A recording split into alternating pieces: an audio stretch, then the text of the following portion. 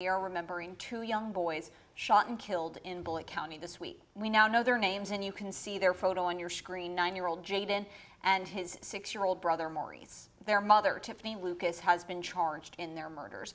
Right now, Lucas is being held at the Bullitt County Detention Center after appearing in court for the first time. And those who knew her and the boys are struggling to really comprehend how this happened.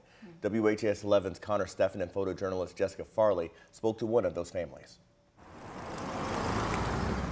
As a memorial grows out front this empty Shepherdsville home, the community's grief grows with it over the shooting death of two young boys. I love that. Look, here's another pinata one. And in Shively in Louisville, this is my favorite. A family scrolls through memories, sharing their faces and names with us. 9-year-old Jaden on the left, his 6-year-old brother Maurice on the right. They were very smart, sweet, loving kids. Thinking of the boys, Talia Crutcher says were her own kids' best friends. I'm a crybaby, I'm sorry. She tries to hold back tears. My son told me not to, but I can't. It's hard, it's real hard. Crutcher says the two families met several years ago. She had kids and I had kids, and we instantly, our kids instantly fell in love with each other. They just played so good together. And I have Tiffany Lucas. Appearing virtually before a Bullitt County judge Thursday, the boy's mother, 32-year-old Tiffany Lucas, pleaded not guilty to the murder charges she now faces. Charges specifically the judge not taking any chances with the bond. The court is finding her to be a danger to others and will set a $2 million bond. I don't think I can process it. I just can't. It's shocking, right? It's unbelievable.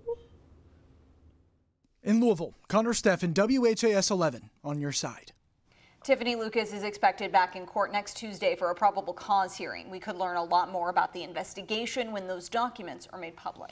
Now, we're also learning more about the arrest of former Clark County Sheriff Jamie Knoll. He's out on bond after appearing in court yesterday afternoon, and you can see him here in an orange jumpsuit and handcuffs while facing a judge for the first time. Well, that judge set his bond at $75,000, and that's actually triple what prosecutors asked for.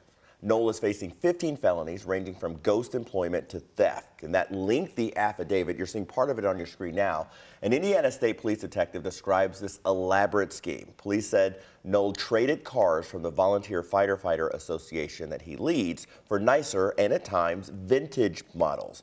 Investigators believe he then sold those cars with much of the money being deposited into his own bank account. One thing that the state is waiting for at this point in time is an audit. The audit is being done by the Indiana State Board of Accounts and a review of tax records by the Indiana Department of Revenue. We're unsure when that will be completed and what results and what happens after that. That may take us in a new direction. Knoll's attorney did not comment after that court appearance. There is no court today in the trial of a former LMPD officer to observe Veterans Day. Yesterday, Brett Hankison took the stand as the final witness in his federal trial. He's accused of violating Breonna Taylor's civil rights the night she died. Describing that night, Hankison says he saw a muzzle flash revealing a man in a rifle stance and immediately ran towards the parking lot. Before reaching the stairway, Hankison says he heard his friend and former LMPD Sergeant John Mattingly yell, "I'm hit." While fighting back tears on the stand, Hankison described how he thought officers were trapped in the breezeway taking fire from an automatic weapon. He went on to say he had to act but feels horrible about what happened. Hankison is set to finish his testimony Monday before attorneys begin closing arguments. Now that this year's election is over, the political attention is now on the 2024 election. And yesterday, Congressman Morgan McGarvey of Louisville announced his 2024 re-election campaign. Voters elected McGarvey to take over John Yarmouth's seat for the 3rd District, which covers nearly all of Jefferson County. The congressman serves in the House of Representatives, where terms are, of course, 2 years. McGarvey says he was the first freshman Democrat to get a bill passed out of the House. That bill protects veterans from fraud. Looking at eastern Kentucky now, right now parts of the area are under a state of emergency as wildfires burn in the region. The last update from the Kentucky Department of Forestry said crews are working 31 fires in 9 counties. Those are Bell, Breathitt, Floyd, Harlan, Knott, Letcher, Martin, Owsley, and Pike.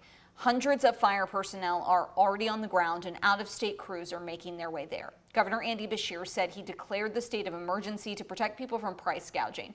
According to emergency management, drought and windy conditions have increased the threat of wildfires across the state, and there's the potential for more.